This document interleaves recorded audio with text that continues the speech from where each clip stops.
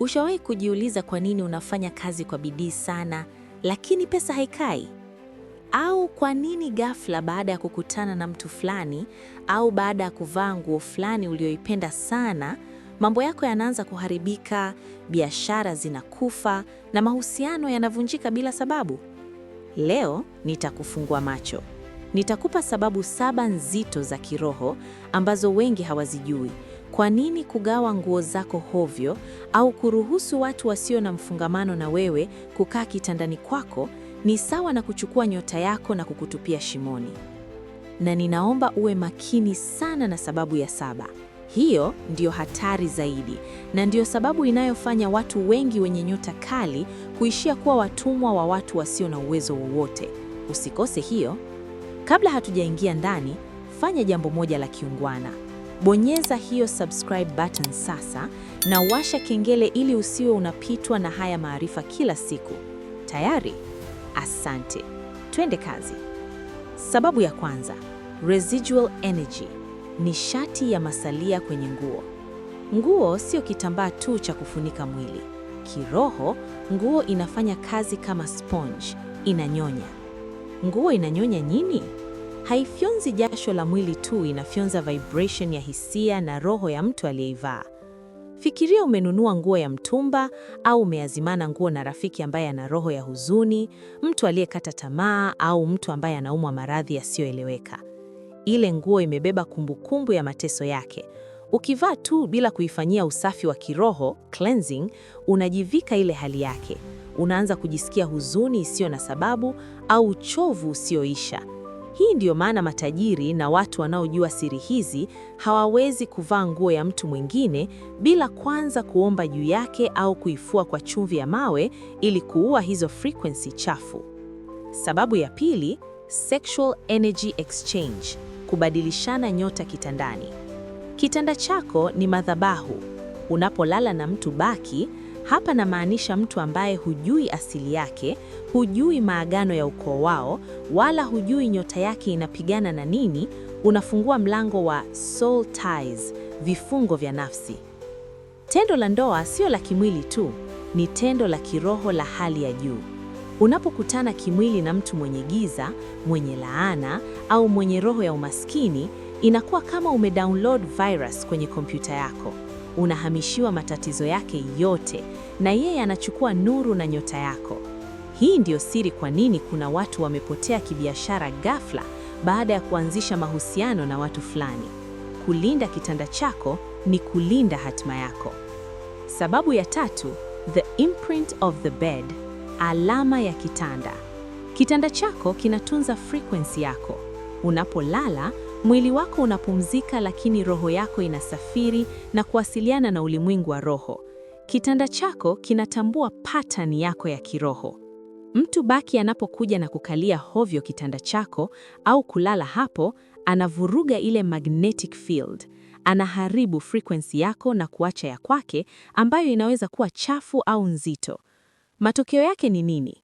Unaanza kupata ndoto mbaya, unashindwa kulala, insomnia, au unaamka ukiwa umechoka sana badala ya kupumzika. Ndio maana matajiri na wafalme hawaruhusu wageni kuingia vyumbani mwao. Selehu ni kwa ajili ya wageni, chumba ni kwa ajili yako na mwengu wako. Sababu ya 4, the law of association, sheria ya kushikamana. Kiroho, maandiko yanasema, je, wawili wanaweza kutembea pamoja wasipopatana? Jibu ni hapana. Lakini kiroho inakwenda mbali zaidi. Unakuwa kile unachoshikamana nacho. Mtu baki anapokuzoea sana kiasi kuanzisha kutumia vitu vyako binafsi, anavaa viatu vyako, analala kwenye shuka zako, mipaka yako ya kiroho, spiritual boundaries, inavunjika. Unakuwa hauna ulinzi. Hii inakufanya uwe open target, yaani kama yule mtu ana adui wa kiroho wanamtafuta, wakija na kumkosa, wanaweza kukupiga wewe kwa sababu signature yake ipo kwenye nguo zako au kitanda chako. Usibebe vita usizojua kwa sababu ya kuazima vitu. Sababu ya 5, covenants through fabric, agano kupitia vitambaa. Katika miimani nyingi ya kale na hata uchawi wa kisasa, vitambaa hutumika kufunga maagano au kusafirisha uchawi. nguo uliopewa na mtu mwenye nia mbaya, au nguo ulioacha nyumbani kwa mpenzi wa zamani na ikarudishwa kwako kwa njia ya ajabu, inaweza kuwa mtego au point of contact. Ukiivaa hiyo nguo ni kama umesaini mkataba wa kuruhusu mamlaka ya yule mtu ikutawale. Hii inaleta nuksi za ghafla. Unakuta mtu anatafuta kazi hapati, kila akienda kwenye usaili anakataliwa. Hii inaleta nuksi za ghafla. Unakuta mtu amevaa vazi la giza kiroho alilopewa na adui yake kwa mgongo wa urafiki. Sababu ya 6, spiritual odor, harufu ya kiroho. Kila mwanadamu ana harufu ya kiroho, sio manufaa unayopaka tu, bali ni aura yako. Harufu hii ndiyo inavutia malaika wa heri na baraka au inavutia mapepo. Kuvaa nguo za watu wengine hovyo au kulala kwenye mashuka yaliyotumiwa na watu wenye nishati duni, wazinzi, wezi, wachawi, kunachafua harufu yako ya kiroho. Unaanza kunuka kiroho. Matokeo yake ni nini? Watu wema wanakukimbia, fursa zinakupita kando. Malaika wa ulinzi wako wanashindwa kukukaribia kwa sababu energy field yako imejaa uchafu wa watu wengine. Tunza usafi wako wa kiroho kama unavyotunza mwili wako. Sababu ya 7, open portals, milango iliyo wazi. Ndugu yangu, unapolala roho yako inakuwa kwenye hali ya hatari sana, vulnerable state. Unapomruhusu mtu baki, rafiki ambaye humwamini 100% na mgeni, alale chumbani kwako au kukaa kitandani kwako, unageuza chumba chako kuwa soko. Mtu huyo anaweza kuwa portal, yani mlango wa kupitisha mashambulizi. Ikiwa ana wivu na wewe, jicho lake likiangalia mali zako, kitanda chako, au hata wewe ukiwa umelala, mawazo yake mabaya yana nguvu mara 2 zaidi yakiwa ndani ya sanctuary yako kuliko yakiwa nje.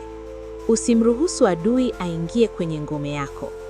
Ukimruhusu jicho baya liingie hapo, usishangae ukiamka na kukuta miguu inauma, kichwa inauma na mipango yako yote imevurugika. Hizo ndiyo sababu 7.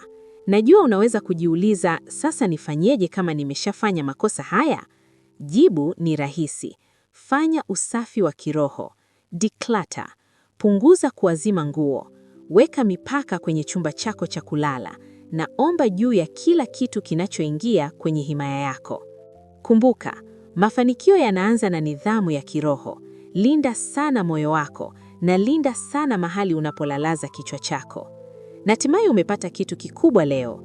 Kama umenielewa, andika kwenye comments chini, nitalinda madhabahu yangu. Nataka nione wangapi wako tayari kubadilisha maisha yao. Pia, usisahau kushare video hii na rafiki yako ambaye anapenda sana kuazima nguo, utakuwa umemwokoa. Asante kwa kutazama. Tukutane kwenye video inayokuja. Peace.